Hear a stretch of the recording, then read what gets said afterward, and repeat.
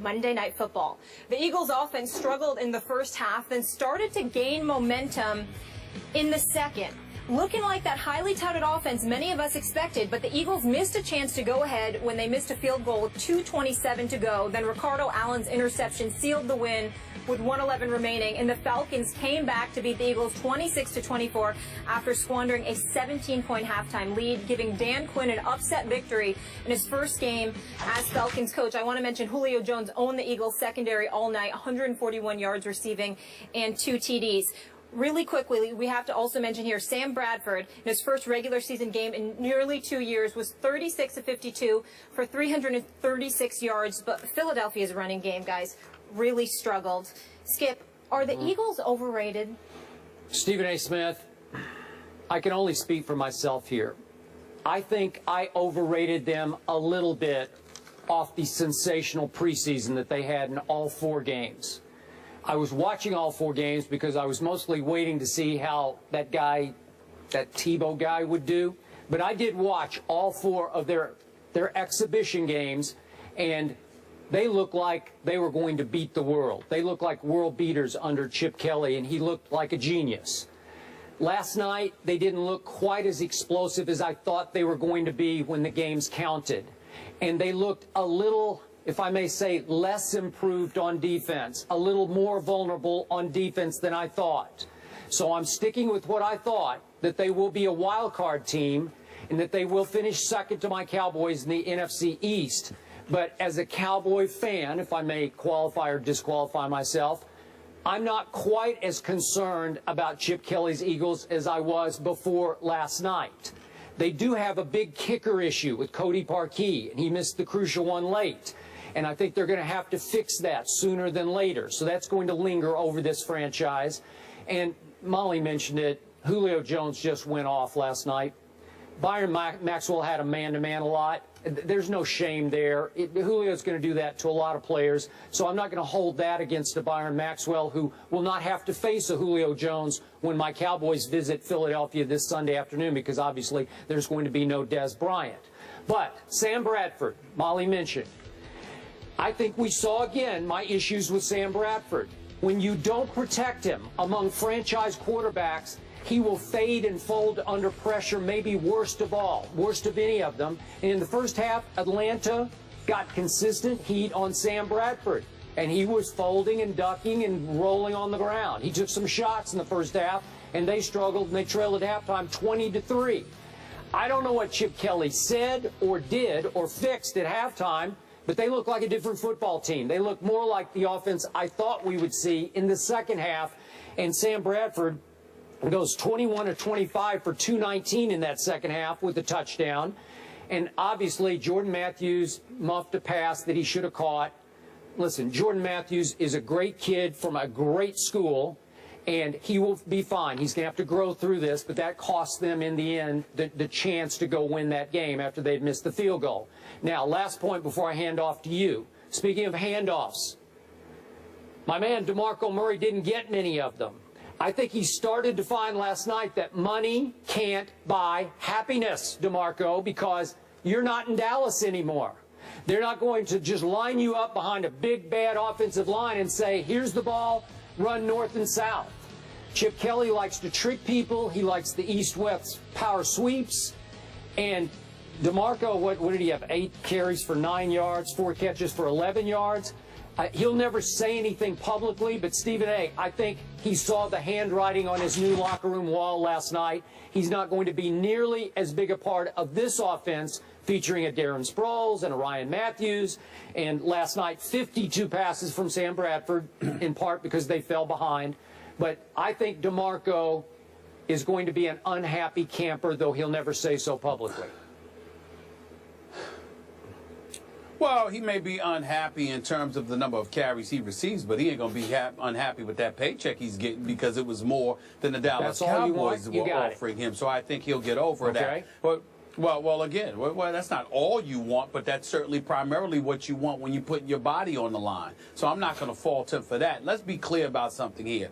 If you want to really, really look and point the finger at anybody, point it at Chip Kelly. Now, obviously, you look at a guy like Byron Maxwell. You paid the big bucks in the offseason. You no longer got Richard Sherman on the other side or the Legion of Boom covering you. You're on your own out there on an island. Chip Kelly did absolutely nothing to help this brother. To put him in single coverage primarily most of the game against Julio Jones, I mean, that was like suicide, for crying out loud. He got schooled, particularly in the first half, 8 receptions, 97 yards. Julio Jones seemed absolutely unstoppable. The one catch he got in the second half was a 44-yarder that set up the game-winning field goal. That's definitely on Maxwell from a talent perspective because he didn't seem to be on Julio Jones' level. I mean, for crying out loud, there were times when I looked out there and I was wondering whether or not Bradley Fletcher was still playing for the Philadelphia Eagles instead of Byron Maxwell. So that's certainly on him. He gets the big bucks. You got to show up. Just like Julio Jones said in the aftermath of Atlanta's victory last night to our boys Ray Lewis and Chris Carter, you know, I expected him. Yeah, I guess you couldn't be surprised that he's in single coverage. He got paid all that money in the offseason. I guess they felt that that's what they could be able to do with him. We've learned otherwise. And you could sit there and summarily dismiss it, Skip, but the fact is, Des Bryant was supposed to be in that mix until he got hurt. You've got Victor Cruz and Odell Beckham Jr. in New York. You got Deshaun Jackson and Pierre Garçon in Washington. I'm not saying they're Julio Jones, outside of Des Bryant, of course, because he is. Outside of that, I'm not saying the rest of them are Julio Jones, but they are no scrubs. These boys can play. And so Byron Maxwell is going to have to step up and be that elite corner that he wanted to get paid for being. Having said all of that, you're Chip Kelly. You got to know that Byron Maxwell doesn't need to be in that situation against Julio Jones. I mean, it didn't take long to realize it was going to be a long night that Julio Jones was ready to ball. That's number one. Number two, DeMarco Murray, you running east-west. I thought Chip Kelly wanted him in from Dallas and Philadelphia because he wanted north and south runners. So that certainly turned me off a little bit. Number three, the Eagles' defense. They bended a lot. They didn't break ultimately because they were able to come back, but they bended a lot. And so I'm looking at it from that perspective, and I'm saying there's reason for concern, but I saw a lot of things that I liked about the Eagles. I didn't think Sam Bradford had a bad game. I didn't have a problem with him going down, getting smacked around. As long as he got up and still slung the ball for over 350 yards, I got no problem with that, man. Darren Sproles, he was balling. Jordan Matthews, despite that late drop, was balling. But let's also come back to Chip Kelly on this point. As much of a stud as Jordan Matthews is, he's still a second-year receiver. That's your number one guy? You don't think it would have behooved you to have an experienced wideout on the football field with him? You got the rookie in Aguilar. You've got Jordan Matthews. Don't get me started with Riley Cooper. Ertz made a tremendous catch. Brett Selleck can play. But you got a second year. I like Jordan Matthews a lot. So do I. Okay? And it ain't because he's from Vanderbilt like you throw out up there with your homer self. It's why we should all love him. Jordan Matthews can play. He just had no business. He just had absolutely positively no business being the team's number one option. So there's some question marks with the Philadelphia Eagles. I'm still not diverting away from my pick for them to win the NFC East. But some of the things that Chip Kelly wanted to do, there were some positives there. But questions about what he had done in the offseason came to light. Positive, Kiko Alonso, that big-time interception. That was a spectacular interception in the end zone because Atlanta could have put it away in the first half. That's good.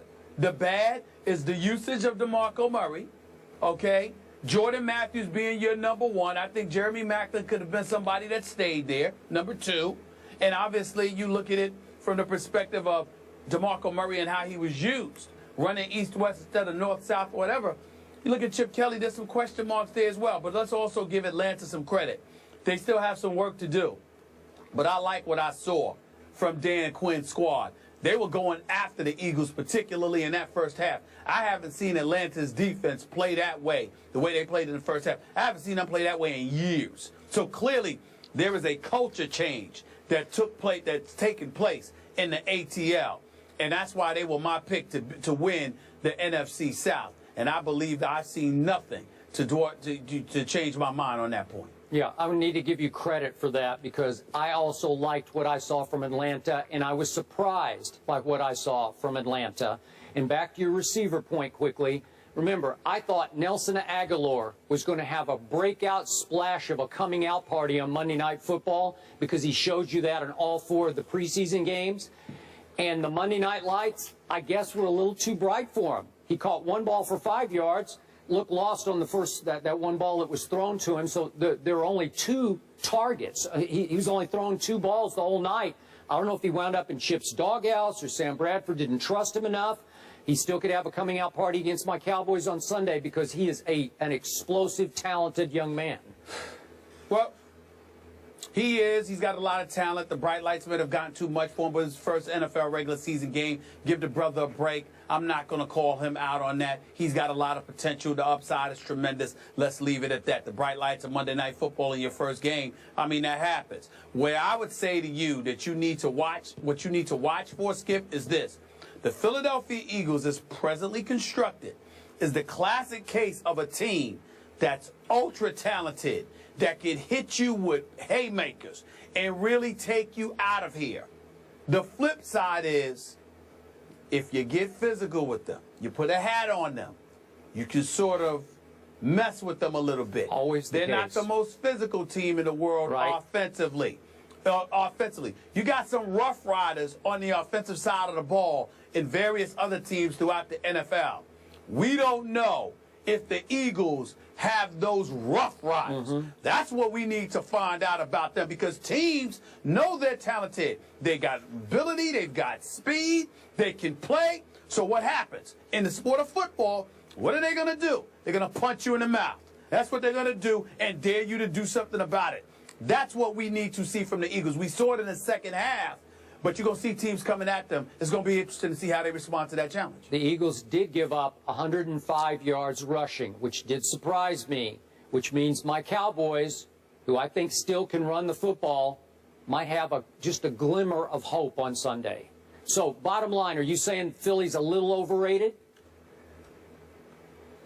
No, I'm not saying that at all. Okay. I'm just saying that I picked them because of their skill set and what they could do. I'm just saying I saw an Achilles heel, and that is if you get physical with them and punch them in the mouth, it can make them take a step back. Let's see how much they take a punch. They better win. They better win Sunday, by the way. They just gotta almost win. have Must to win win. already. I agree. Must win.